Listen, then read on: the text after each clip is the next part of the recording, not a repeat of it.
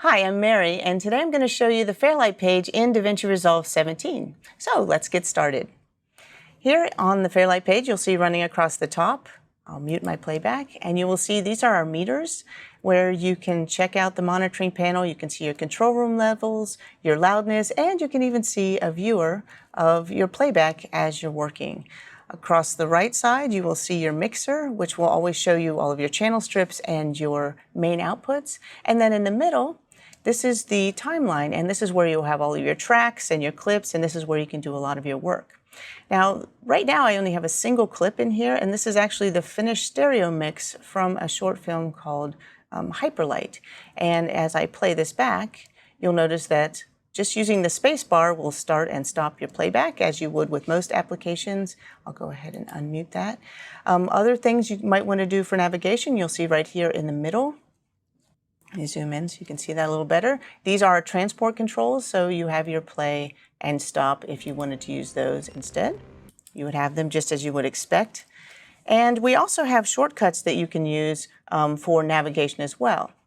So you can go to the home position by just pressing the home key will always take you to the first frame, and the end key will take you to the last frame of your clip. So that's really easy navigation as well.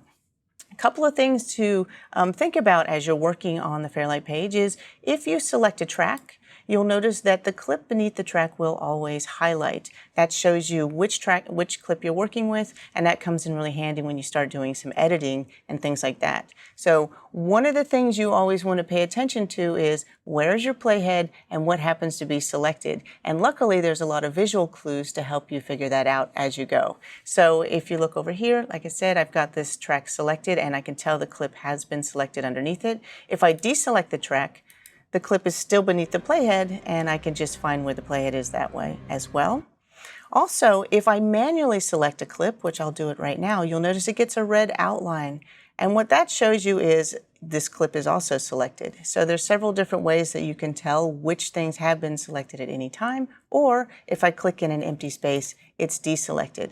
Now, which clips are selected or which tracks are selected come in really handy when you start using shortcuts and also doing editing, cut, copy, paste, that sort of things. It's very important to know where you are and what happens to be selected, and I'll bring that up again when we get closer to it. Now, one other thing that we should do as you're getting to know the interface is how to zoom and move yourself around manually. So if I wanted to, I could just drag my playhead across the clips, as you can see, and when I do that, I can hear it. That's scrubbing back and forth just by dragging. I can also click anywhere in this ruler to move my playhead to that position. Whenever I move my playhead to a position, you'll notice that the time code in the upper left will update to show me exactly what the time code is at the point where my playhead is, as you can see. And you can even change this ruler if you need to work in different increments. And all you need to do for that is just right-click in this timecode display area, and you can choose to include subframes or even samples if you like. And if you're working in only samples, or if you're working in film and you need to show feet and frames, you can also do that here. Just go down to where it says, feet and frames, and now I'm looking at it that way. I'm going to switch it back just to standard, just by using the right mouse button, I can go back and change that.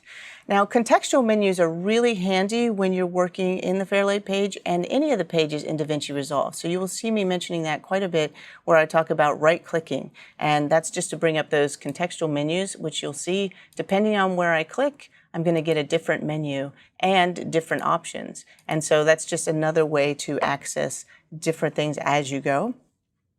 I'm going to deselect this track right now and just press the home key to move to the beginning, and again end key to get to the end. So that is just the very basics of working with one clip. Now let's take this a little bit further. Obviously if we were to play through this, you'll hear that this is the entire mix of this scene, but I'm going to switch to a different timeline, and in order to do that we have several ways you could go to this shortcut menu right here, and if I click on this, this will give me a list of some of my different recent timelines that I've worked with. Another option that you have is we could go to the media pool, And the media pool is where you can access all of your media, as the name suggests, and also your timelines. I happen to have a bin right here, and this is the list of all the different timelines that we'll be using for this tutorial. So right now we were just in the starting timeline, which was a single clip. Let's fast forward to take our scene a little bit further, and I'm going to show you the stems. So go ahead to the next timeline, and I'm going to hide my media pool again. And in this timeline, the difference is this has broken up the soundtrack into its constituent parts. These are your stems, because every soundtrack all comes down to three elements. You have whenever you're working your soundtrack, you have your dialogue, you have your music, and you have your sound effects. And all three of those things need to be separated so that you can deliver those, because that's part of your deliverables, but also for localization to other languages, they may need to change the music or most likely change the language. And so being able to pull those elements out is an important part of the mixing process. And so this is just an introduction to how those stems work, and it's also an opportunity to show you a few of the other features for working with your sounds. So I'm going to come back into my scene right here, and I'm just going to hit Shift-Z, which is a default shortcut which will zoom all of your tracks so that they fit the window, as you can see, horizontally, which is nice. Now, I'm going to talk about selective playback for a minute, because when it comes to selective playback, right now I have my stereo mix, which is up at the top, plus the VO stem, and that is my voice stem or dialogue. I have my SFX, which is my sound effects stem, and then the music stem down below. And it's those three parts that are really combined to create our mix. So the thing is, if I start playback right now, just by starting playback, you'll notice that I'm hearing all of them at the same time. And that's not exactly what I want. If I only want to hear one of those tracks, just press right here. This is the solo button. And that will isolate that track so it's the only one that we hear during playback. And now we're hearing the actual stereo mix. Now, one of the things you'll notice as we see this, let me stop that for a second. I'm also going to dim my playback so it's not quite as loud. Over here in the top right, you'll notice that we have these monitoring controls. And what those do is, those are your listening levels. So I can instantly mute, or I can adjust the levels, and I can also dim. Let me just zoom in on that so you can see that a little bit better. And as you can see, there's my dim. That will knock it down by 15 decibels, and you'll notice that it turns yellow to show me that it has been dimmed. Anytime I press that again, it will put it back to whatever listening level I had before. So again, dimming the levels, or you can also mute. But that's your entire playback. And in this case, I just want to solo this one track. And I wouldn't mind making this a little bit bigger. And when it comes to making your tracks a little bit taller, you can just manually grab one track and make that larger or smaller, as you can see. If a track is selected, you can also zoom horizontally on that, or vertically very easily. Right here is the vertical zoom slider. And as you can see, I can make this larger or smaller. You know, that's basically changing the height. And when it's selected, it makes it really easy to see that waveform inside of that particular track. So these are just kind of getting to know the interface a little bit. Now, something else you'll notice that if I deselect the track, that there is actually an outline on that waveform. And that is one of our timeline view options. That would be right up here. And this is just lets you choose different ways to view things. So as you notice that if I click on that menu, this will give me a few other options that I can choose. For example, this turns that border on and off. So I can choose to include the border, or I could turn that off at any time. I'll actually turn it off right now.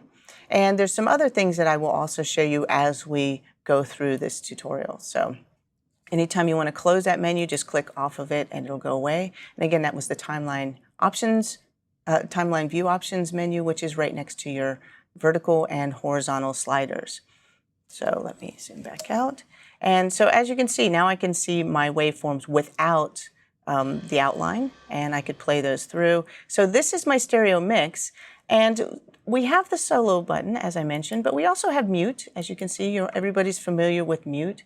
And so if at any time I don't want to hear a track, I can also click those to mute all of the other tracks, or We can also swipe those by just swiping across the mute buttons or the solo buttons. So during playback at any time, I can choose which elements I want to listen to, and I'm going to do that right now. So I'm going to turn off my dim. I'm going to start early on, and I'll start by just listening to the stereo mix, and I will mute these. Notice I just swipe those on. I can start playback. Then I can switch that off and just listen to my voice. This would be just the voiceover track. If I mute this one. If I solo this, everything else goes off, and now I only hear the dialogue. Are you sure? Positive, do it. So you can slowly decide which things you want at any time, and so that's just giving you control of your playback. So again, just a nice way to not only understand the different elements that go to make up the soundtrack, but also ways that you can isolate which things you want to listen to at any given time. So that would be looking at your different stems, and it's always helpful when you're learning the mixing process and you're working on different tracks is to understand, listen to just the sound effects or listen to just the dialogue and kind of feel how they all work together. Let's go on to the next timeline. We're going to kind of take this to the next step, and I'm going to show you another thing that we really have to work with to get to the final soundtrack, which you were listening to those final stems, is we actually have to start with our production dialogue. So let's go over to before and after dialogue, because this will give you a nice idea of where we started. So if you look, this is the exact same scene, but the sound we're listening to now, this is the actual the raw footage, and as you can see, this is going to be the scene without any embellishments. None of the extra work has been done. This is just how it was on the set. I'm going to actually zoom in a little bit so we can see this a little bit better, this section, just using my horizontal zoom. Now, one of the things to think about when you're using your horizontal zoom is it's always going to be based on the playhead position. So my playhead's at the beginning, so it's zooming around that spot. And if I were to play a little bit of this, Wait, where am I? you'll hear this that's the talking. And in this scene, we have Emiliana, who is our main character, and then she has a talking computer, because as you know, in space, all computers talk. And there's a talking computer that is helps them out, and that is Ada. So she is a second character. Right now, this is the production sound, and so what you're hearing is someone feeding the lines for Ada, which will then be replaced later on. And in fact, we'll be doing some work with the Ada voice and some of that incarnation in a few minutes. So, but what you'll hear is just the way it was recorded and the different voice that was feeding those lines. So his power reserves are critical. Once his oxygen runs out, he will die. So as you can see, not the most exciting thing, but the editors had enough footage and sound to be able to cut the scene together and move on to audio post. And I'm going to zoom out a little bit here. And I'm going to move to the next section. So what we have next, so you can see kind of this before and after and get a feel for how this works, is the next shot down is this is going to be the scene. So we went from the footage without all of the visual effects to now the visual effects have been done, and this is what the sound, the finished sound, same scene. You're in orbit of planet Q-465b. What about Philip? Philip's cryopod has lost power. Now, one of the things you can do now with DaVinci Resolve 17 is at any time you can just press the P key, or instead of pressing P, if you'd rather, you can come over here to the workspace menu and go down to where it says Fairlight Viewer.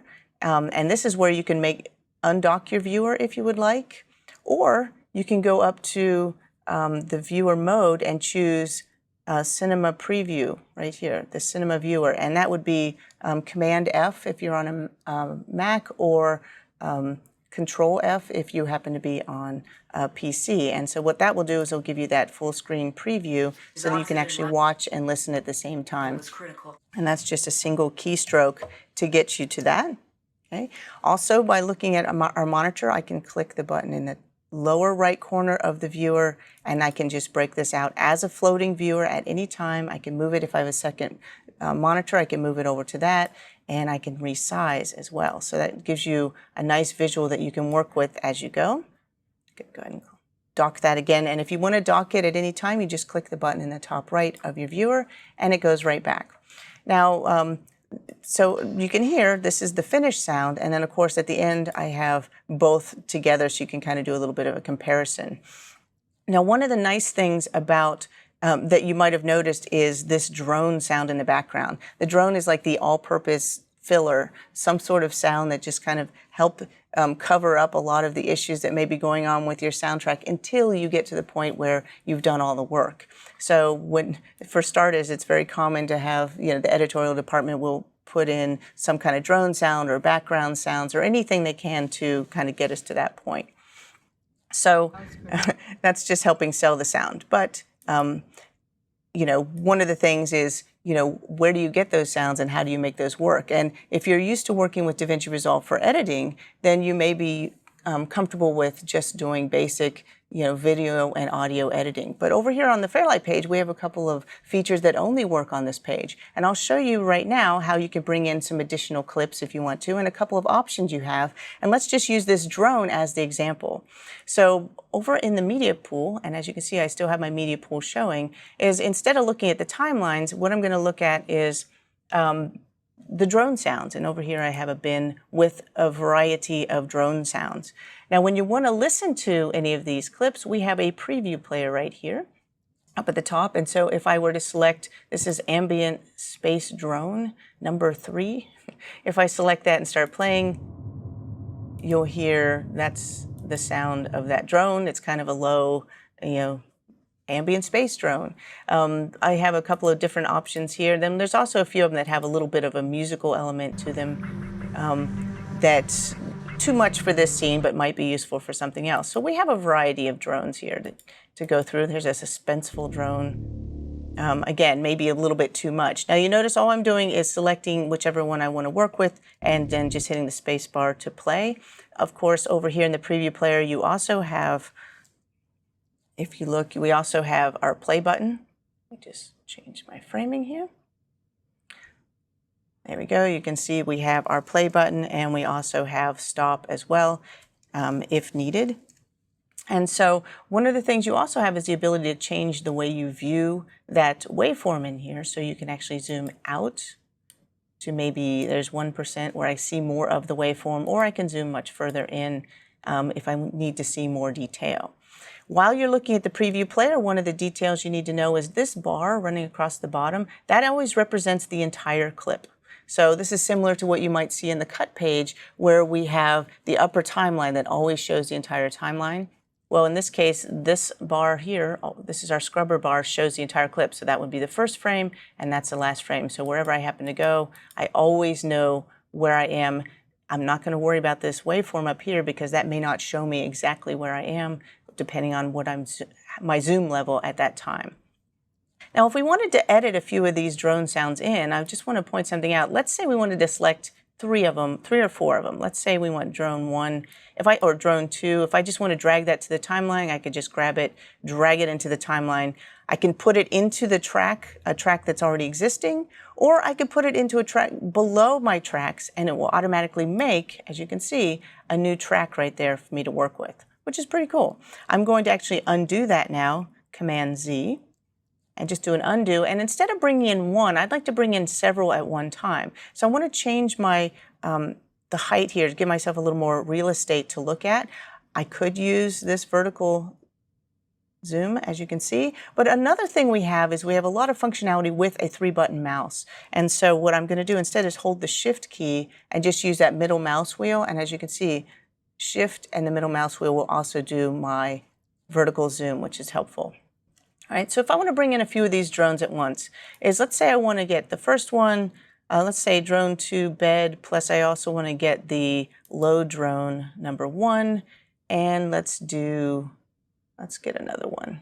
Let's do the space ambient drone, that sounds fun. And so that gives me 3 different drone sounds that I can work with. So if I want to bring those in, now if I manually drag them to an empty space, it will put all 3 next to each other in the same track. And I'm going to hit Shift Z, and as you can see, there are all 3 of those now in the timeline ready to work with. But something that you can do here on the Fairlight page that's a little bit different, I'm going to undo that, just Command Z. And by the way, if you ever want to undo, that's up here in the edit menu. There it is, undo. We even have an undo history in case you want to look at all the different changes you made and pick and choose what you want to do from that history. So the difference is I still have these selected, and again, I'm just selecting one, command selecting or control selecting if you're on a PC, the different ones that I want to work with. There's my 3. And as I drag them over, instead of dropping them into one track, if you hold the command key, it will create new tracks for you for all of the clips.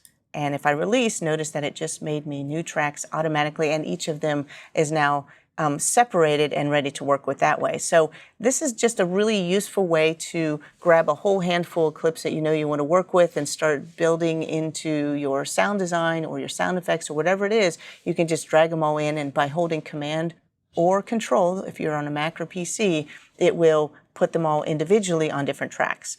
I'm going to go ahead and undo that for now, but that's worth noting.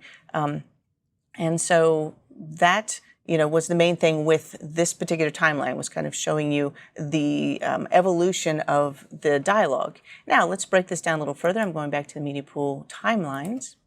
And let's go in now to look at dialogue editing. So now it's our turn, okay? So seeing what we're trying to do, now let's actually look at what the workflow might be and how you would do it right here in the Fairlight page. First thing I want to do is hide the Media Pool. And this is the scene as it came from editorial. I'm going to hit Shift-Z to fit that to the window. And one of the things you'll notice across the bottom is there's that drone again, right? You're going to find that quite a bit. So if this is the scene, let's see what we actually have to work with. And one of the things is I don't really need all of these extra things here at the moment. I don't need my mixer right now, so I can hide that by just clicking this mixer across the top. You'll notice there's our toolbar. If I just click on mixer, I can show and hide it anytime. Same thing with our meters. I'm just going to hide those as well. But I wanted to see the viewer. So let's go back, bring the meters up, and just click at the bottom so that we can bring out the viewer and then hide the meters. And that way I have them just like that. I can make this a little bit smaller if I wanted to. And then I have, the workspace or the setup that I want to use at this moment. Okay. Again, I can make adjustments as needed. So here's my scene, and across the top, all of the dialogue, and then we have this Ada test voice. Now, I will tell you that this Ada test voice, who is supposed to be a computer, was actually made by a computer, which is great from an editorial standpoint to give you some timing, but obviously for licensing purposes and copyright and all of that, not such a good idea. So this will need to be re-recorded and replaced, and that's something we're going to do in just a minute, is replace it with another recording. So let me just play a little bit of this scene right here. I'm going to start at this spot, just start playback. Ada, identify the person in front of me. Emiliana Newton. Are you sure? Yes. You hear that voice? So that's great, that computer voice. But again, that computer voice is not one we can actually use. It was helpful for working with this. So I'm going to show you a few other features for how we can bring in another clip. We'll make ourselves a track, and then also I want to hide this. We're going to mute that and hide it. So first thing is I'm just going to go to the beginning of the timeline, and I'd like to make another track for a different piece of voiceover. So let's go to the media pool and find that piece of voiceover. And it's inside of the bin over here called voiceover. And I have two. One is the test, which is going to be the computer voice. It appears to be powered down. That we can't use. And then I have this scratch VO, Philip Maida, which is one that was recorded right here in Fairlight, and that's the one that we're going to use for now. And then we'll process it and make some changes to it. So let's bring that into the timeline. Now, I could choose an exact spot for it, or we could drag it into the timeline. I'm going to have us actually create a track. So just right-click anywhere in this, in the track headers, and anytime you right-click there, you can choose to add a track or add tracks. In this case, I'm just going to add a single track, a mono track. There we go. And it showed up at the bottom. So anytime you want to name a track, all you do is just double click on the header in the name field, and then you can type it. So in this case, Ada scratch VO. There we go. And this is where I'm going to place that sound. Now over here, I'm going to take it, and I just want to stick it somewhere in that timeline, in that track. So just grab the clip and drag it in. You'll get the entire clip. There it is. Okay, so that's a start. And I no longer need to be in my media pool, so again, hide it. It's always nice to keep as much real estate as you can when you need it. Also, I don't even need the viewer right now, so let's go ahead and hide that. Let's save our space for what we need. And in fact, speaking of hiding things, I don't really need much of anything. What we're really doing is we're going to chop this up, this voiceover, into individual pieces, and we are going to use it and put it in a position to replace these other clips. So one of the things to think about when you're doing your dialogue editing is what is the most efficient way to get in there and perform edits without having to overly mouse and drag and think about it. It should be very fluid and fast because you could be performing thousands of edits at a time as you're going through and doing your dialogue editing. So we're going to do all of that here in a very short amount of time, and I'll show you the Fairlight way of doing it using the same editing shortcuts that you might use on a word processor for cut, copy, and paste. You would do the exact same things right here. The important thing is paying attention to how you have your selection and your navigation, which I'll be showing you as well. So one of the things I noticed, though, is this came in from editorials. You notice that there's been some keyframes applied. I noticed that there's a little effects. It sees right here, there's a badge that shows that there's an effect on this. And one of the things I need to do is actually wipe off anything that anyone else may have done to these clips so that we're starting with them fresh, right? We want them to hear how they were actually recorded so we'll know what we can what we need to improve, and that we'll be making those decisions. So for all of those assistant editors who spend a lot of time making this sound great, thank you. And now we want to just remove all of those attributes that are on those clips. So to do that, it's very simple. We're still using our arrow tool. We've been in this same tool all along. Just click here at the beginning and just drag straight across all the way to the end. And what I've done is I've just selected all of the clips in that track. Okay. By doing that, I can then remove the attributes on all of those selected clips with a right click. Okay, so I go over here to the right click and choose Remove Attributes. Now, what makes Remove Attributes, there it is, Remove Attributes, when you bring that up, you're going to get a separate window. Okay, there it is. And the Remove Attributes window, here you will see you can choose to remove volume, I can remove plugins or EQ. I'm just going to remove everything by checking that box. Click Apply, and now all of these are back to whatever they originally were. There's been no changes applied, and that's exactly what I need for this particular functionality. So now we're starting from scratch. We can also remove the attributes on these middle clips as well, just in case there's any applied to them. Just set those as well. Okay, now we're starting from scratch. The drone I'm not so worried about. We can leave that as is. Okay, and then the next thing I want to do is we know we do not need this voice, but I would like to set some markers to use for navigation to match up with those Ada voice clips in the test track. And so I'm going to show you a little trick to kind of make it easier to navigate. You can see that using the up and down arrows will let you automatically navigate from clip to clip, as you can see. And I can easily do that, and it will look at every single clip, and it will move me one at a time, up and down the timeline, one clip at a time. Well, if I eliminate all of the other clips except for the ones I want, then it will make it even easier for me. And so what we'll do is let's bring up our index, which is right here. This is a different window we haven't looked at, or a different panel. And if you bring up the index is like an interactive list, but it's much more exciting than that. It actually is very useful when we're going in and out of that index often, sometimes for markers, sometimes to work with our tracks. And in this case, once you show the index, I want you to look at the tracks index. And here you'll see a list of all your tracks. It also shows your buses as well. And over here, you'll see the visibility of those tracks. So any track that I want to hide, I can just turn off this visibility by clicking that little eye, and you notice that it disappears from the timeline. It also disappears from the mixer, but guess what? It's still there. It's just hidden at this moment. Now, when you hide the visibility, it does not actually mute it or solo it, it's just hiding it. So if you actually don't want to hear it, you could also mute it at the same time. In this case, I just want to hide that. I also would like to hide the drone.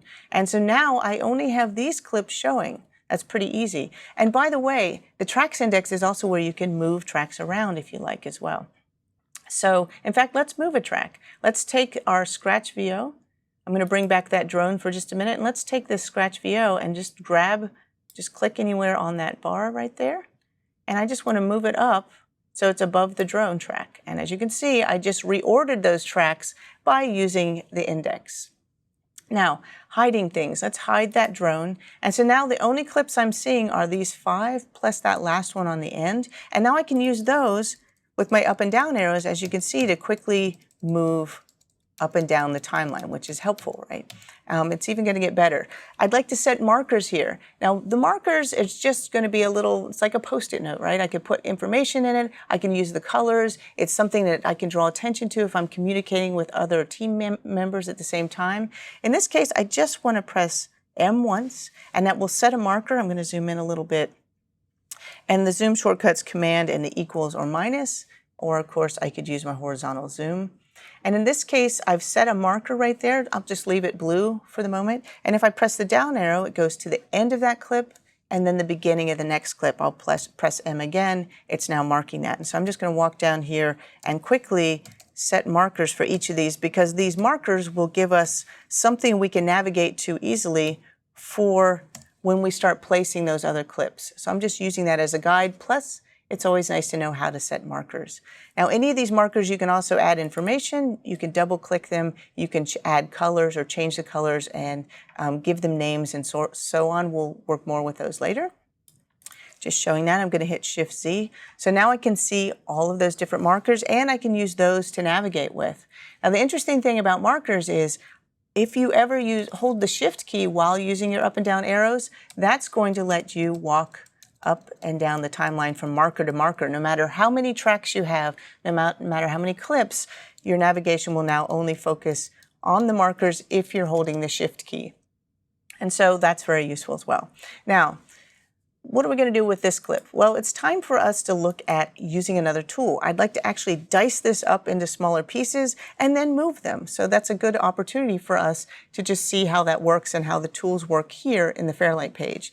Now, if you're familiar with the edit page, maybe you grab a blade tool and do things, or you're using shortcuts. Here we can do that as well, but we'll use our playhead kind of as a guide as we go.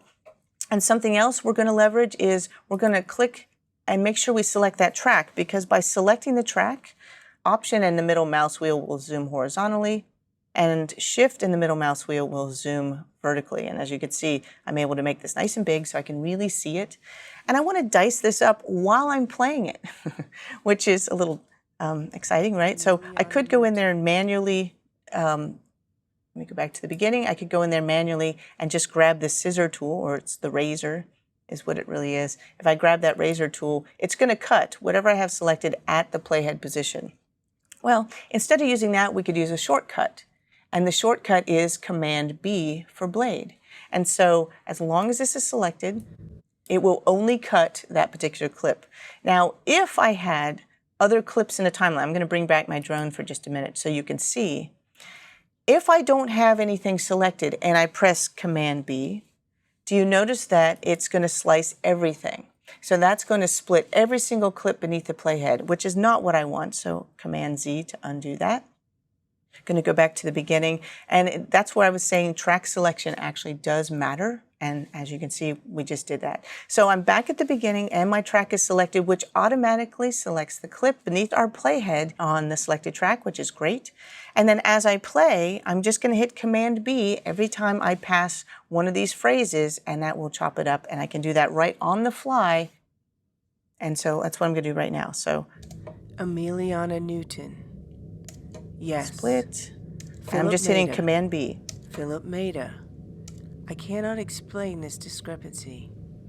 Earth date. There you go. And so right there on the fly, I could do that very quickly. And now I can move these into position as needed to those markers. And so a lot of different ways that we could have split those up. This just happened to be one of them. But like I said, it's very easy to work with these things on the fly. I'm going to hide that drone track again, because I don't need it. And then if I want to snap these into position, I could just drag them over to those marker positions if I wanted to. Let me zoom out a little bit more. As I can see, there's that last marker, and that's where I want this clip to go. So I'll just move this over there. It's in position, just using those markers as a guide so that I could have all of my other tracks showing, and it will not interfere with me placing these tracks or these different clips in the track. And again, we can manually drag these clips wherever we need them to go. from one marker to the next. Keep in mind as you zoom horizontally, it's always looking at where your playhead is, not what happens to be selected. So I'd like to go ahead and take this clip here and zoom in a little bit. I'm going to select that clip and I want to move it into position, so I can just manually drag that to a marker and line these up. And of course I have the other clips as a guide as well. You can even cut, copy, and paste these into position as well. So for example, I might as well show you how to do cut and paste. Is if I were to select this clip, I could right click and choose cut. There it is, cut, or Command X on a Mac, Control X if you're on a PC. If I cut that, you notice that it just cut that clip. It gave me a ghost image of that clip. And why would I do that? Because now I can just navigate to the marker, and when I get there, paste. Because anytime you cut something, it remains connected in the same relationship to that playhead. So any movement of the playhead, the clipboard version goes with it. So I have cut that clip. I'm going to use Shift down arrow to walk my playhead down to where I want it to go, and Command V to paste. I'm going to go back to where I was before, just using my up and down arrows, or go to the home position even. Notice I'm walking up and down between clips, just using up and down. That clip is selected, ready to go. Command X to cut it. Shift down arrow to get to my marker, and paste, Command V. And so I can do this really, really quickly. It's just getting to know the software. So again, with a selected track, this really works great. If I don't have that track selected, notice when I go over top of the clip, it is not selected, and therefore I have to actually physically go in there and click it. So be aware, selection helps, and that's one of the reasons we have that. This also works great on our consoles, like the one behind me, to show you.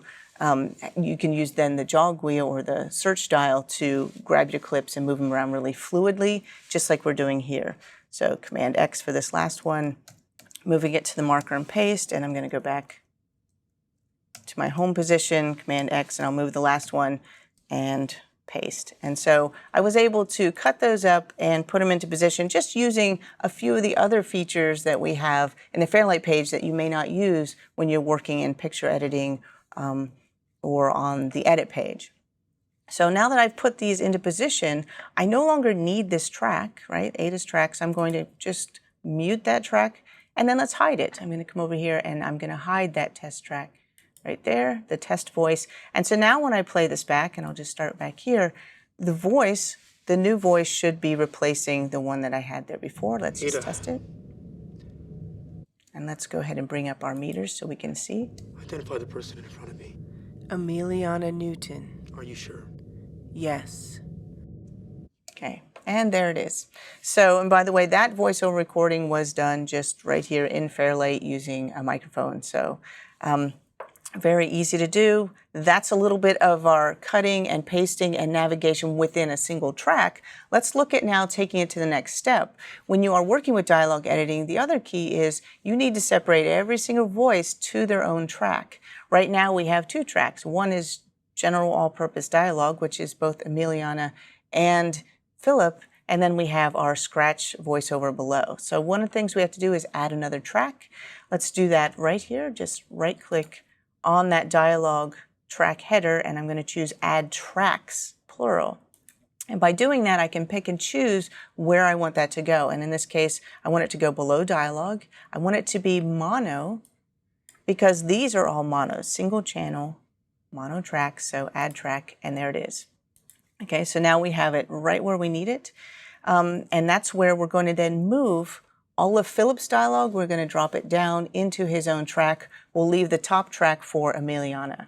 So, in fact, I'm going to go ahead and name this one. There, this top track is Emiliana. And the second one down here. And by the way, another trick is if I am typing in the name of one track and then I'd like to name the track below, just press the tab key. It'll automatically select the track name below, so I can type Philip then. There we go. So we now have the Philip track and the Emiliana track. And so now our job is to find all of the sound that belongs, or the dialogue that belongs to Philip, move it to his own track, and leave Emiliana on her own. And so very simple to do that. We're going to use the exact same kind of functionality we did before with cut and paste. The difference now is we're moving from track to track. And whether there's two characters in a room, or it's an interview between two people, or if it happens to be whatever it is, an ensemble cast sitting around a dinner table all talking at once, everybody gets their own track. And that way you can make sure that their voices sound excellent because they're going to get their own treatment. They will all be, all the work that you will do will be to make that voice sound awesome. So first thing I want to do is let's just go to the beginning of this track. I'm just going to press the home key, and as we walk ourselves down using the up and down arrow, each time I get to a clip, if I need to move it, I basically need to drop it down to the lower track. Now I no longer need to see my index. Let's hide that so I have a little bit more room to work. And something else I'd like to do is, when I'm working on this, is make sure you can see your viewers so that you can see who's actually talking or making any noise or voicing any of the sounds that we know that it belongs on their track. Now, as far as the navigation goes, again, I'm moving up and down to get from one clip to the next. And this first clip that has some sound on it, let's start with the first one. Who's actually making this sound, if anybody? No one's actually making the sound, and as you can see, it's basically a dolly shot for Emiliana. So we're just going to leave this sound with her. Let's go to the next shot. That's Philip. So I think I'd like to move that down to Philip's track. And whenever you want to move clips between tracks, there's very easy navigation. And I can show you right where that is if you want. It's your track destinations in the timeline menu. If you go down here to where it says track destinations, audio, you'll see very simple shortcuts for that. It's going to be option right down here.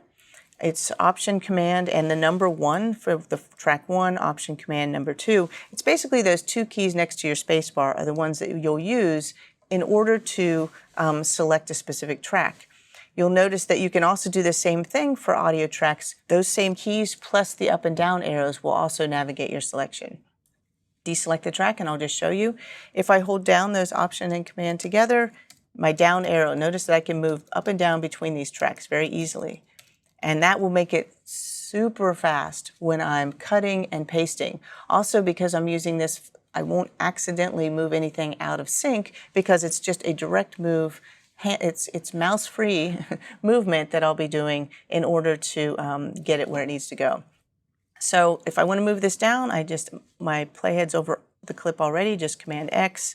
Then I'm going to hit the shortcut, Option Command, and down arrow, it's in position. I'm going to paste with Command V, and then I'm going to go right back up and go to the next clip. This one is also Philip, so Command X, down, Command V, and back up. And let's move down.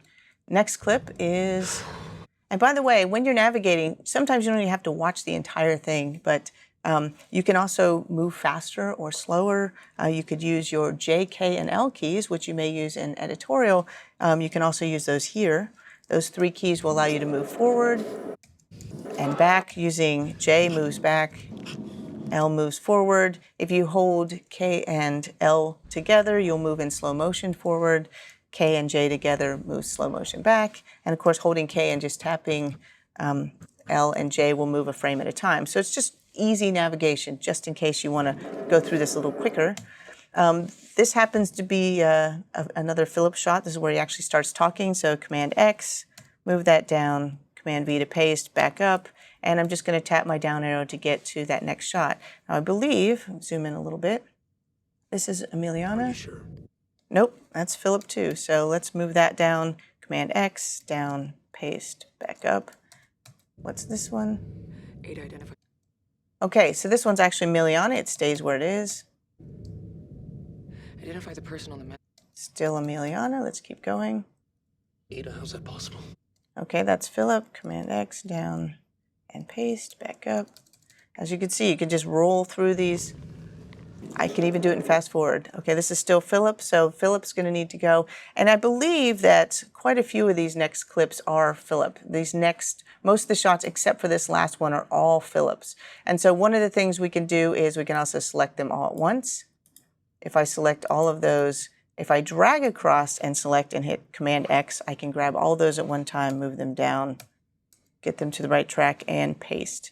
And so now I've just laid all those into the track, and we're just to the end. The last shot, this is actually Philip. I need to select that track first, cut and paste. So this is just one scene, but as you can see, you can get pretty fast in navigating and pasting and moving things around to do your dialogues editing very quickly. One of the things I'd like to do is I'm going to break this floating window out and hide my meters. And I'd like to actually color these tracks to make them a little more identifiable. And so, you know, one of the things we could do here is let's just make this top track, I could make this orange, and then Philip's track yellow. But what I'm doing is right-clicking on the header and then going down to the color and choosing whichever color I want. Okay, so once you've split your dialogue, one of the things you need to do then is evaluate it and see how you did, and also listen to it and see how it sounds in case there's any issues. This is your time to really focus on it and start coming up with your hit list of things you actually have to work on, or areas that you need to go in and adjust the edit or trim, or areas that might need some additional help. You know, as you're playing and listening and trying to focus on your clips, when your playhead gets to the end of the timeline, what does it do? Philip made It doesn't fall off the end of the world. It redraws itself and just shows up on the other side, which is a little bit jarring if you're trying to get into a zone and really listen to the sound and get a feel for what's going on. So one of the things you could do is you can actually fix the playhead, and then it will scroll underneath, which works really well. And so right here in the view options, you will see that your timeline view options, you have something right here that's the fixed playhead. And if you select that, what that will do is that will now fix it so that the timeline will now scroll underneath. And let's say I want to find a particular spot and start playing, but notice that you can reposition it when you want to by grabbing the playhead, or you can actually move the timeline by grabbing the ruler if you want to scrub that. But I'm just going to play it from here and just show you. This is how I can kind of look and watch. I can even put this up in my meters if I wanted to and watch it up here and focus on my dialogue tracks and listening. Okay. The hyperlight core came out a few days ago. We came out of cryo, and we've been trying to fix it. Since it happened, we went spacewalking. Okay, and right there I noticed there's an issue. So this is one of those things is as I hear it, I can find it, I can see it really easily, and I'm going to go ahead and fix that, or at least mark it. And so one of the things you can do is, you notice that I had changed the track color a few times by just right-clicking on the track header. And when I right-click the track header, I can change the color, but you can also color clips. And if you do a clip color, that's going to take precedent over the track color, so that way it will stay there and you can have both as a guide. And so in this case, instead of changing the entire track, I'm going to change the color of this particular clip. So I'm just going to right-click on that. This is the one that has an issue, and I'm going to make it just green. So it'll stand out. It makes it a little bit easier for me to see that. I also, assuming I played through the entire scene and I've listened to everything, this is really something I want to work on first. So I'm going to go over here and turn off my fixed playhead, and I'm ready to start work here. I'm going to just zoom in a little bit, and I could use my mouse to zoom, as you can see. I can zoom really easily with that middle mouse wheel, or I can Command and use minus and equals to zoom in. But this is the area that I'm having a little bit of trouble with. This is where I heard that there was a problem, so now I'm going to try to fix this, just doing a little bit of trimming and just trying to clean it up. One of the nice things about doing your cleanup is you notice that as you hover over the edges of the clip, you will see that instead of just getting an arrow, I'm now getting something that is showing me that's a trim tool. And on the Fairlight page, if I click the end of this clip, it shows me the entire thing, all of the handles. And as you can see, I can very easily see that a word was cut off. I'm able to extend that and release, and now I have, you know, whatever was at the end of this clip, plus I have the beginning one. So it's very easy for me to trim that. At the end of this one, there's also an issue. I'll just play that. So he just has a partial word there. By the way, did you see how I took my mouse and I walked all the way back here, clicked so that I could play something again? Well, we also have a shortcuts to be able to play again. Anytime you've played something, you just want to play the exact same thing again, it's the option to listen again, or Option L, Alt L if you're on a PC. And so I'll just hit Option L, You went and it will automatically spacewalking. play that again Like just 2 hours ago. as many times as I want. Option You went L. spacewalking.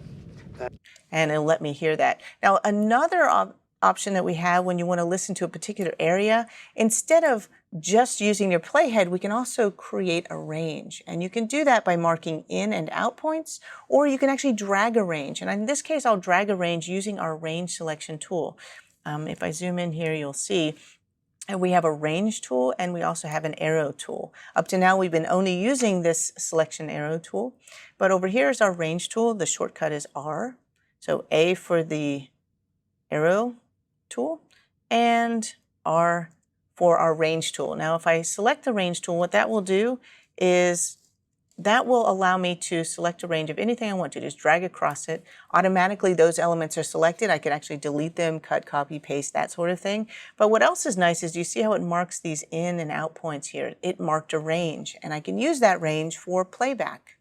And to play a range, if I just hit the space bar, it's just going to start moving the playhead from its position wherever it happens to be. But if I use Option and the /, which is directly above that Option key, it will start playback of just my range. And to take that one step further, if you look up here in the toolbar, up here in your transport controls, you will see that we have a loop button. If you turn that on, once that's engaged, then it will loop that playback. You went spacewalking. Okay, and so then I can really hear what the issue happens to be. Now, once I'm done with my range and I've set it, I'll just press A to go back to my selection tool, and that way I won't be doing anything or changing my range. Because when you create a range, if I create a range and click off of that range anywhere else, it erases the range. So if I select a range and go back to my arrow, then I click anywhere and that range does not go away until I clear it. It's only in and out points is really what's there. So if you want to clear those in and out points, you can go up here. It's in the mark menu, clear in and out, or Option X, and it'll clear those. So it's just getting used to marking things and switching between two different tools. I can still do my loop playback, Option /. And I can listen to this little area, and I realize that there's something in here I need to fix. And so as I look at it, there's a partial word there that I don't want. I'll just dial that back, and it's gone. Okay, so I can easily do that. I can even add little fades here if I need to or trim some of the breath sounds if I want to make it a little less obvious in any of these to kind of clean them up. So that's just some basics as far as the dialogue editing goes. I'm going to clear my range.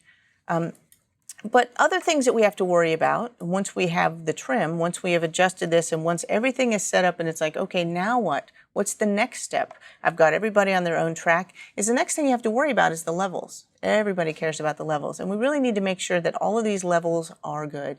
And you know, if you need a guideline, we actually have meters everywhere that are telling always the same story.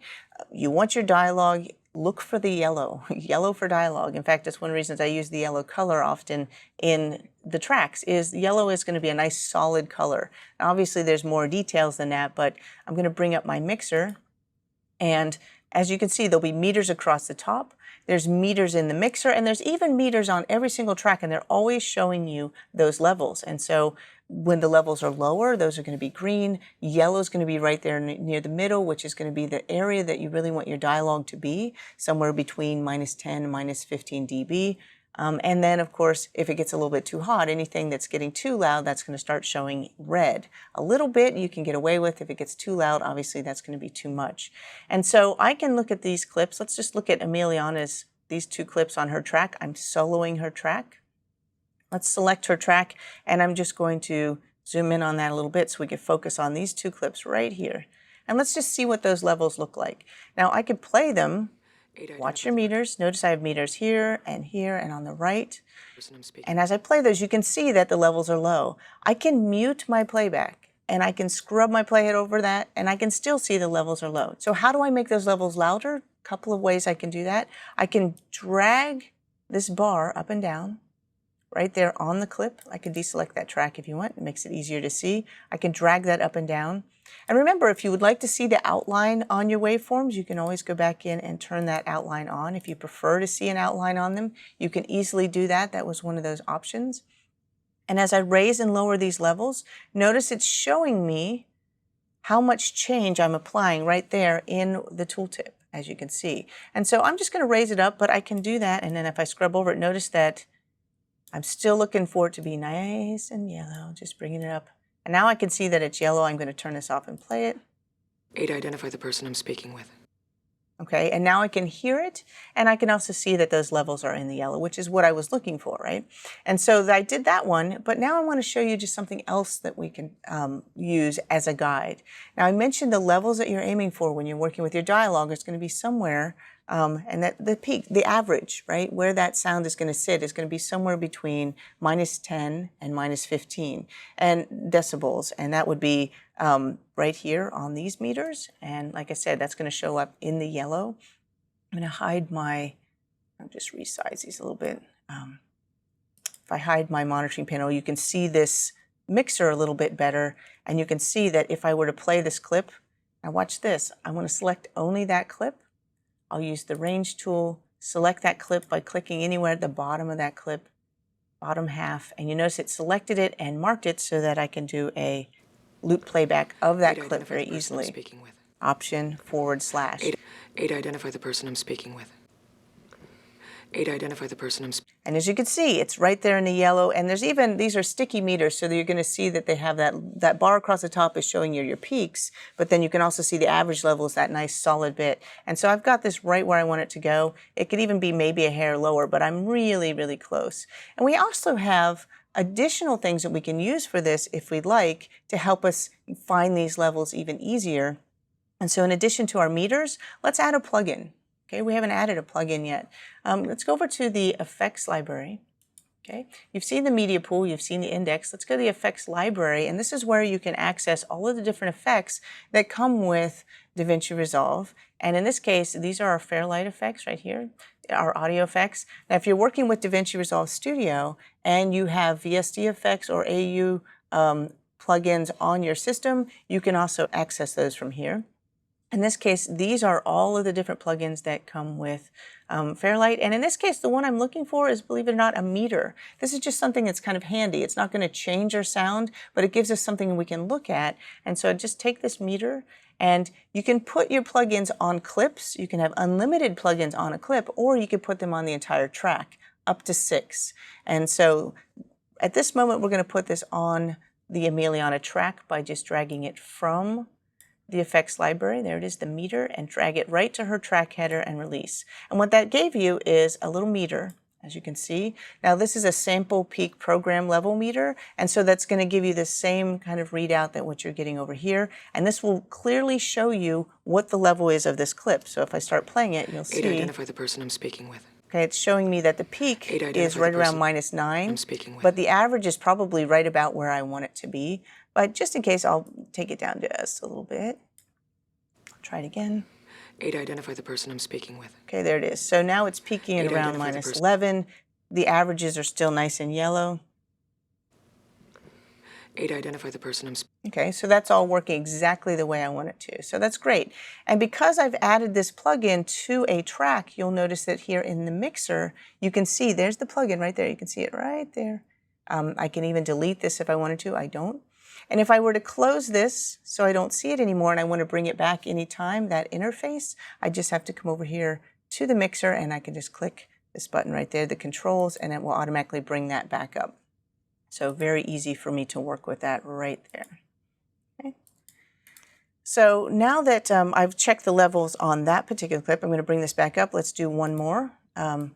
As you can see, I want to adjust this one as well. Now, I'd go through and we'd have to adjust the levels on all of the clips, but now I can kind of eyeball them and get them close. Identify the person on the med lab. Okay, so both of these are right on, so I'm good there, done with Emiliana's track, and then I would move on to the next track. Now, hers is fairly easy to work with. Philip's is a little bit more complicated. He has a lot more going on in his tracks, which is fine. But, you know, one of the things you have to think about is also adjusting levels when some of what they're saying is quieter and some of what they're saying is louder. You might need to actually have keyframes to change the level within a clip. And so I could do that right here. Let's look at this.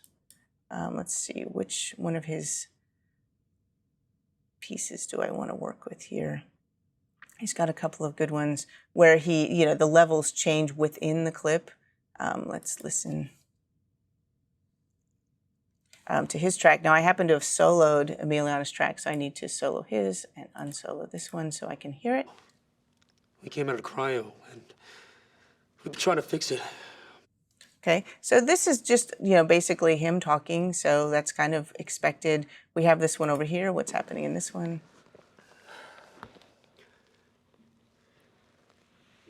You died.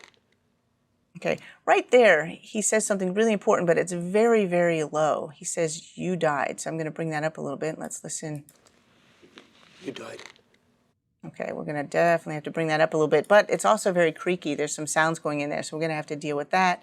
Let's go to the clip right after the green one here. I'll look at that a little bit more. I definitely see a lot of level differences here. So one of the things I'll do is I'll just add a keyframe to that, or a couple of keyframes, so I can bend it so that I can make the levels different from the beginning of the clip to the end of the clip. And to do that, simple to add a keyframe. You just hold the Option key or Alt key and click once. So this first section is a little low. Just 2 hours ago. And the second section is pretty hot. So I'm going to just basically Option click and add 2 keyframes right there in the middle. As you can see, Option clicking adds the keyframes. I can then grab the levels and make them higher or lower by using those, to alternate, how the sound works. So otherwise, I'm adjusting everything. So as you can see, I just raised that level a bit. 2 hours ago. Boom, there's this explosion and it surrounded the whole ship. Okay, and so that allows me to kind of adjust the volume. And then you can also get in there and really massage those levels as much as you need to for different elements as you go. If I have these little peaks right here that seem to be a little bit too loud, I can also add keyframes, again, Option clicking to add those keyframes. And it doesn't matter whether the clip is selected or not. Once I've done that, I can use my arrow tool, it's fine. And notice that I can raise or lower just that one little section by using keyframes. And so that's very helpful for getting in there and massaging your levels and getting them just right. Your goal is to adjust the levels of the clips just like you might if you were doing color grading. You want to balance each clip. Same thing here. You want to balance each audio clip within the track so that the track stands alone when you go to do anything else with that. So that's just a little bit with the balancing of the levels. Now let's go down and look at one other thing we have. I need to turn the solo off on this track. Let's bring these back together. And I'm going to hide my effects library for now. We'll be using those again in just a minute. I will clear my play range. And I want to look at normalization because that's one other thing you can do. It's kind of like the auto white balance of volume levels, right? And instead, you're basically adjusting the peak levels on a particular clip. So I'm just going to go to the beginning of Ada's track. We'll zoom in a little bit. And her first clip, if I want to check the levels on that, one of the things I could do is just right-click on that and choose Normalize Audio Level. And that lets me choose, there's my sample peak program. Notice the default is -9. Now, why would it be -9 if we want all the sound to be between -10 and -15? Well, because 9 is just above 10, right? And so if that's your peak, chances are the average is going to be sitting right where you want it. So 9's a pretty safe place to start, usually. So I'll leave it at -9. One thing I will mention is that our normalization also includes true peak, and you can also choose one of your loudness standards as well. In this case, we're just going to look at, we're balancing our clips, so we're just going to do the sample peak program and normalize. And that just barely adjusted that one. I'm going to randomly make these different just to show you that normalization will adjust no matter what levels those clips happen to be. I'm going to select all of these clips again. And this time I'm going to right-click and choose Normalize Audio Levels. And because I chose more than one clip, what that's going to allow me to do is I can look at them relatively. And if I adjust them relatively, what that's going to do is it's going to treat it as if it's one clip. And whatever the loudest peak is among all those clips, that's going to dictate how all of them move. Definitely don't want that here. So I'm going to go to Independent. And if I choose Independent and click Normalize, it's now going to look at each one independently and balance them out perfectly. So these should all be right where they need to be in the yellow, good solid volume levels, and I'm ready to move on. We've done our dialogue editing, we've made our adjustments, and we've pretty much set this up and got everything exactly the way we need it to move on to the next step, which would be a little bit more of repair. Sometimes we have things that we just can't fix them with what we have. For example, one of the things we can't fix very easily is this shot right here. I will zoom in. This will be the one on Philip's track. I'll just use my mouse to zoom in. And this one, unfortunately, is one of the most important lines of dialogue in the entire show, and it is very heavily, I'll bring up my meter so we can see it. And if you listen. You died. Okay, he says you died, but you hear all that weird creaking and stuff like that. It's totally distracting. And so one of the things I can do is go fishing through my other footage and find another take where he did the same thing and just replace it. And in doing so, I'm also going to show a few other features that we have. And a couple of things are just really, really awesome for as you're building your tracks up and you're trying to align things, being able to overlap them and work within layers is really useful. So I'll show that right now. As you work, let's go in and what we'll do is I need to go up to the timeline menu and I want to choose layered audio editing. So up until this point, we've been doing, the default would be to overwrite editing, which means if you drop a clip on top of another clip, it's going to put a hole in it, basically. It's where the new clip is. If you remove the material, there's a space there where it used to be. If you do layered audio editing, they sit on top of each other in layers and become transparent as you drag them around so that you can actually overlap those waveforms and see them perfectly. It's a great way to work. So I'll show you that right now. Here's the clip that we need to adjust. And what I'll do is I'll drop the new one on Emiliana's track so we can work with it from there, just to align it. Let's go into the media pool and I'll find the clip I want. Is down here where it says repair and replace. And there's only one clip. You notice I'm looking at things in list view. You can also look in icon view as well. And there I can see there's the scratch voiceover and I have this one right here, which is the clip I want to work with. It's already been marked. This is the sound right here where he says you died. Okay, that's what I want to do. Now, by the way, you can mark in and out points right here in the preview player by just marking I for in, O for out, just like you would on editorial, just like you can in the timeline as well. So I've got this marked, and I want to place it right here in the track above, so I'm just going to drop it right there, and then I can hide my media pool.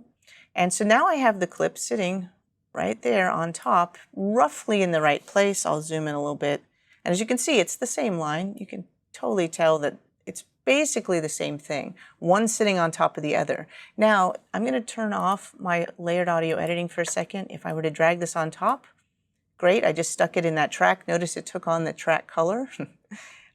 Actually, I'll change the clip color now to, let's go with navy, just so it stands out. But look what happened if I pull this back out.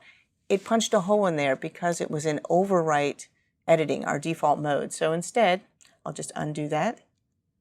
I'll still make it navy though, that looks good. There we go. And I'm going to go up to, we're going to just work our way right up here to the timeline and change it to layered audio editing mode. And by going to layered audio editing mode, now I can align it here as best I can. In fact, right here, there's a little magnet, as you can see. This is our snapping magnet. That icon, let me just zoom in there. As you can see, right there, it looks like a magnet. I can turn that on and off anytime if I need to. If I turn it off, it just allows me to move things a little freer. It's not going to try to snap them to markers or clips. And then I'm going to drop it right down on top of the other one. And look at that. I can absolutely see both waveforms at the exact same time, and I can really line those up beautifully, just like that. When I release that, I know those are in sync. I don't even have to look at those to know that I just line those up very nicely. And once it's sitting there, then I can always extend it, make it a little bit longer if I wanted to on either side. I can even add fades, as you can with any clip, by just dragging up at the top. Notice any clip you hover over, you can automatically add a fade. And as you can see, because it's sitting on top of another clip, it's actually doing a nice crossfade there to the clip beneath it. If I play this, You died. okay, you can see that it's working perfectly. I'm going to back that up. Zoom out a little bit. And I'd like to show you what the layers look like. So if I go up here to the View menu, I can come down to where it says Show Audio Track Layers. It's in the View menu. It's just a way of viewing your timeline. And now you can actually see there's one clip sitting on top of the other clip inside of track layers. Okay? They're both still there. It just I never got rid of the first one. It's just got a clip sitting on top of it. I'll go back to the view menu and now turn that off. And as I said, I can extend this as much as I needed to and play it back. You died. Okay, and there it is. So those are just some of the things we can do to kind of for repair. A couple of other things that might come in handy for fixing up your clips. So let's come over. I'm going to go into the media pool back to my timelines, and I'm in list view, and I'm actually going to go to a little bit further timeline. These are all different progressive timelines of the things that we've been doing all along. And so now I'm down to the point where I'd like to show a little bit of repair. So I'm going to just double click on this particular timeline to open up. And this is outside of the main scene that we were working on. And here you're going to see just a couple of examples of issues that we run into where we can use our plugins to kind of do some repairs that you can't do with a mouse and keyboard. So let's go over to the media pool, and I'm going to actually hide that. Don't need it. Make this fit a little bit better. This first clip has a very common issue. And in fact, I'm going to bring up the effects library so we can see that. And the issue that we have is there's a hum in the background. In fact, if I play this, you may or may not hear it. If you can't hear it right now, I will make sure that you hear it by turning up the volume. So I'm going to turn this up, but I will also mark an out point on that. So it's only going to play this little section. I marked O for out. And I'd like to zoom in on that a little bit. And I'm going to turn up the volume level by just cranking that up. By the way, you can use shortcuts to raise and lower the volume as well if the clip happens to be selected. And the shortcuts for those are in the let's see, where are they? They are in the clip menu, audio, to increase or decrease levels if the clip is selected. So in this case, I just drag that up. So now it's nice and loud, and you'll hear there's that power line hum. You can hear it. That's a very common sound that you'll get. If you ever plugged in an amplifier, you know what that sound is. That is a 60 hertz power line sound. I'm just going to go ahead and put that back. Notice that when I raise the volume of a clip, by just double clicking on that volume line, it does reset that level. Now, if I want to remove that sound, I'm going to add a plugin to the clip itself. I don't have to add this to the mixer. In fact, I don't even need my mixer showing. And what I'm going to do is I'm going to come over here to my dehummer and just drag that right onto the clip. As I mentioned, you can have unlimited plugins on a clip. So by just dropping that on there, now it's put the dehummer right there on the clip. If I select the clip now, I can play that. I'm just going to play that section, or I can do the entire clip. I'll get my range tool, select the entire clip, and play the whole thing. The hum is still there, and I can see it. It's a very healthy hum. But you notice that in our dehummer interface, you will see that it has two presets. One's for, just zoom in on that. One is for 50 hertz, which would be if you were in Europe, and 60 hertz would be if you're in the US. So depending on where you live in the world, you're going to be either 50 or 60 hertz. And so we have a preset for both. I'm just going to hit 60 hertz to fix that. Out a few days ago. Play that, and it should have cleaned it up pretty quickly. I can adjust the amount as needed. In fact, you could drag that amount all the way if you wanted to, and that's going to take all of that sound out and then just kind of slowly back it off as needed. And if you're wondering what are these other areas, these notches that you're seeing, each of those, that's what's being reduced. That's the different frequencies that are being reduced. And if you notice, these are the harmonics. You just keep multiplying the initial sound. So 60 hertz, the next one would be 120, and then so on. That's where you're going to get those harmonics, and you might need to include those as you're working with your filtering, and that's why that's there. They all work together to kind of achieve our goal, and then once you're finished, we now have dealt with that particular noise, and it is better, thank goodness, right? Now, one of the things that once you have added a plugin or multiple plugins to a clip, if you actually want to play it back without any processing, you can right-click and choose to cache that audio effect. Notice right there. You can bounce it, which will actually bake it into a new clip. It'll render a new clip with the effects on it, or just cache. And so I just clicked Cache Audio Effect. You'll notice it now shows a little drive there. So, and this is the clip with the plugin cached. And you can see it's much cleaner than it was before. If I right-click, I can always uncheck the cache, and then it will show it to me. It's still going to sound the same either way. It's just what I'm actually able to hear and see in my waveform, how it's reflecting it. Okay. One other thing while I've got this clip selected is let's go over to the inspector, because the inspector will show you information about anything that you happen to have selected. And so in this case, if I select this clip, it's showing me information about that particular clip, including the effects that have been applied to it. So all you have to do is click on that Effects tab, and now you'll see that there's my dehummer plugin, and I can actually open up the controls for that anytime by just going into the effects, and I can set that up. I can even turn it on and off if I wanted to from here, or back on the controls. I'm going to hide my inspector, and as you can see, this is with It came out of cryo. and without We've been trying to fix it. the plugin.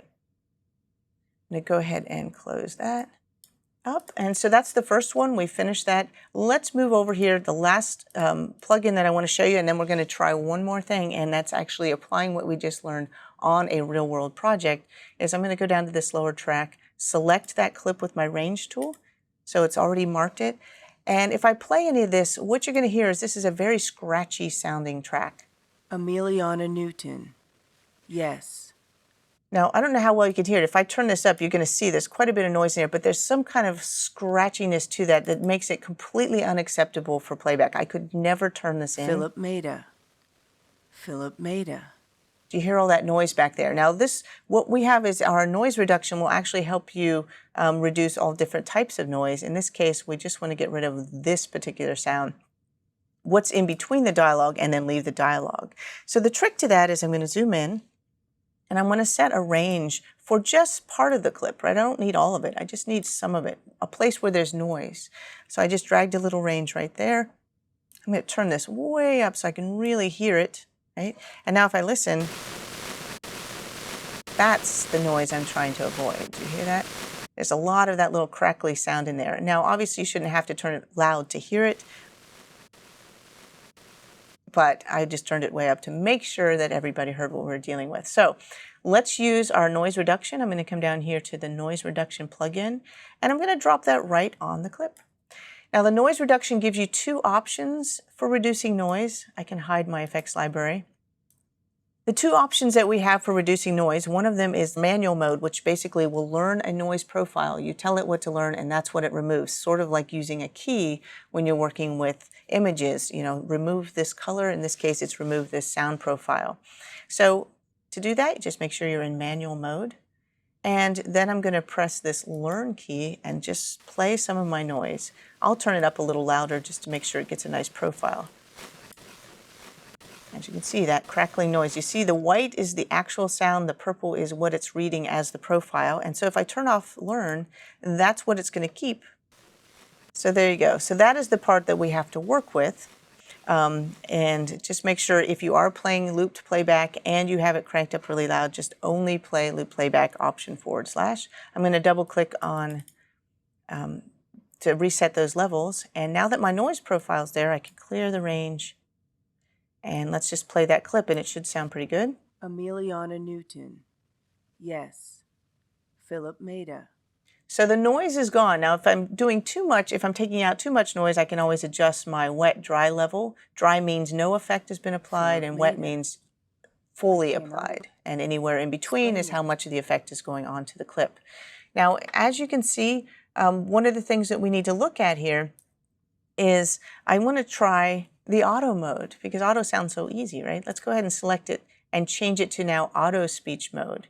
And now what auto speech mode will do is it will listen automatically, and it's going to find the voice and actually extract it from any other background noise. And so I just switched it over to auto speech mode. And as I play, notice it will adjust automatically and just strip that sound out for me. So sometimes you need multiple plugins, and sometimes you can get away with just one. If something's really noisy, I might need to use 2 noise reductions. Maybe I'll do a noise print first, manual, and then add an auto mode. But that is how I can get this to work. So those are 2 examples of some of our repair plugins. Just want to show you how to put some of these things together in a real world project, because this is something that happens all the time. So let's come over here to the a different timeline. I'm going to use this repairs. This is a real clip from a real project. I'm actually going to go to the edit page for the first time. Just click on the edit button.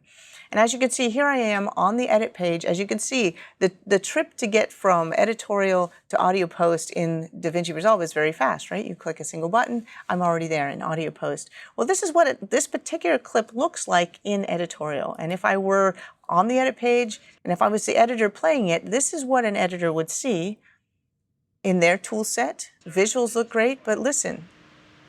So with a stir fry, Audio is not great. And most of the sound is only coming out of one speaker.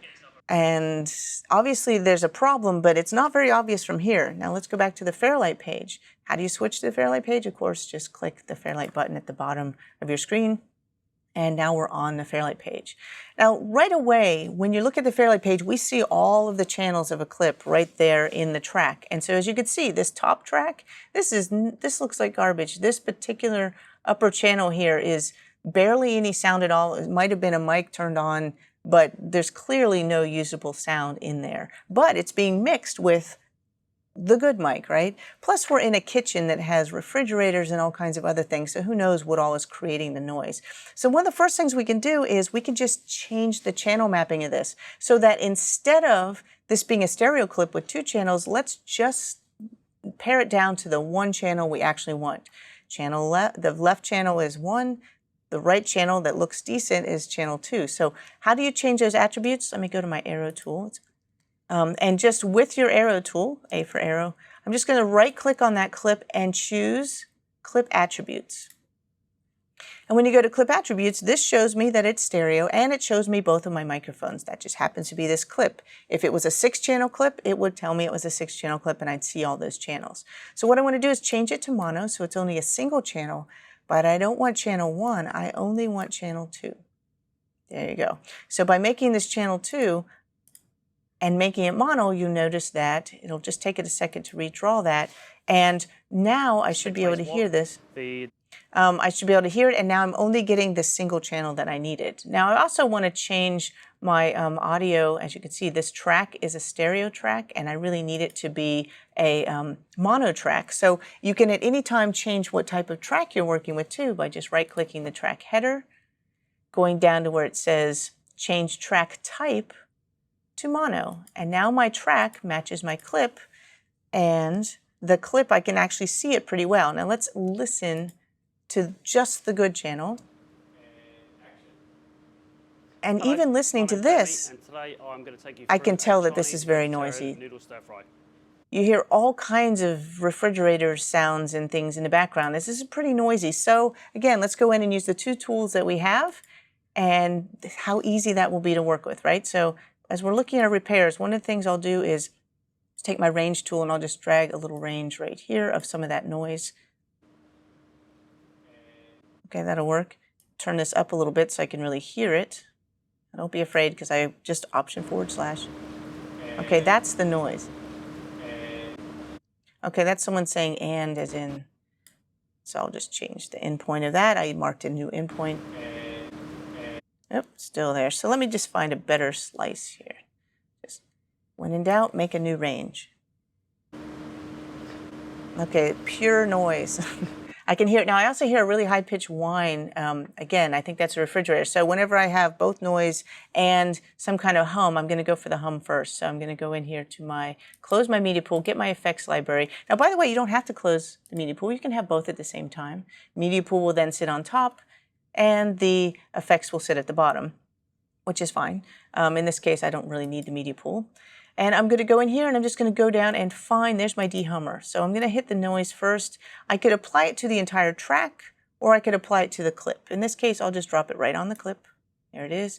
Here's my dehummer. Now this is not Powerline hum. And again, I'm listening to this by hitting Option /. That is not Powerline hum. That's a really high-pitched, whiny sound. So first thing I'll do is we could just sweep these frequencies by dragging frequency. I'm also going to make the amount really high, and that way I know I'll hear it when that hum goes away or that hissy sound goes away. So I'm going to now walk downstream. And just right there, that high-pitched whine feels like it's gone. Okay, that's what I was trying to accomplish. So now that the high-pitched sound is gone, I'm also going to adjust my slope a little bit because the main part of his voice, the meat of his voice, is going to be right in this section.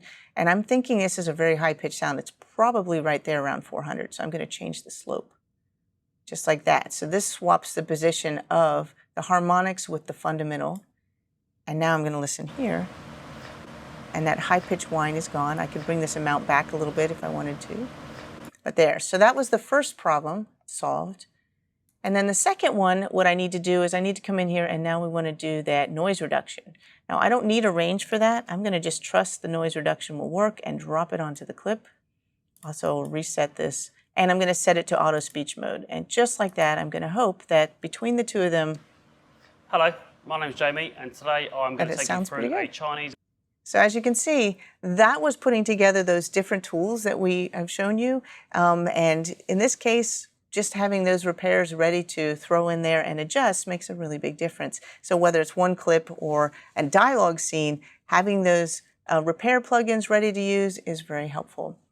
So I have one last thing to show, and it's right here. Let's go back to the media pool, hide the effects library, and I'm going to show you when you can't use a plugin or when there's something that you just have to find a way to get rid of. Sometimes you have to go into the sample level to edit something. So the last example for this overview is going to be fixing a music cue. Now, if you've ever come across clicks and pops in your files, you'll notice that it doesn't matter if it's dialogue or music or whatever it is, you can't turn it in if it's got some kind of really loud pop that's going to make all the speakers pop. You know, that means you have to get in there and find a way to fix it. There may be some third-party plugins that work. Sometimes they do, sometimes they don't. But you can go in there and just dial it right out on your waveform using just your arrow tool. And I'll show you how to do that right now. So I've opened up this music cue, and at the beginning of the music cue there is a 2-pop, which is a single frame. As you can hear, that's just a 1 kilohertz tone, one frame of that for indicating that we are at the beginning of a scene or of a show, that we're using that for sync. If I put my playhead over that and zoom in and continue to zoom in, you'll see we can really get in there pretty far. Remember, left and right, that's one frame, and look at how far I've moved into my waveform. As I continue to zoom, I can get all the way down to the sample level. Once you start seeing these little boxes, you know you're looking at it at the sample level. Now in this case, that's just a 1 kilohertz tone. Now we're going to go in there and find that issue, which happens to be at this red marker. So I can shift down arrow to the red marker, zoom in a little bit, and actually let's play it. I want you to hear this. I'm just going to pull this back to the beginning, play this little piece of music. When you hear that pop, you'll see the meters flash and you'll know you're in trouble, and that's what we have to fix. So let me just play it.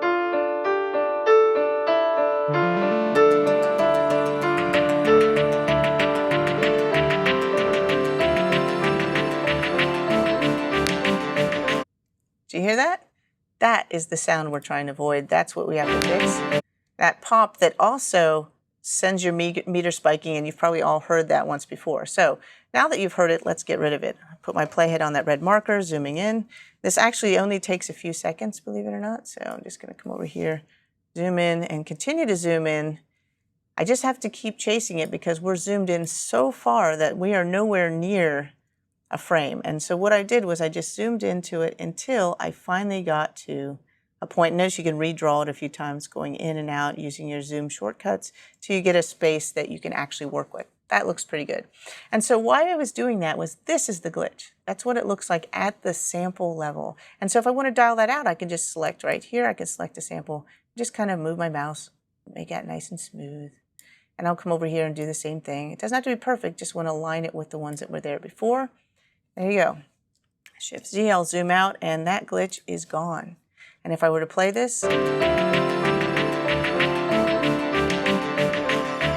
sign of it now, just the percussion. And so that is working at the sample level. So thank you very much for watching this overview of the Fairlight page in DaVinci Resolve. If you have any further questions, you can visit the Blackmagic Design webpage to check it out. So thank you for watching.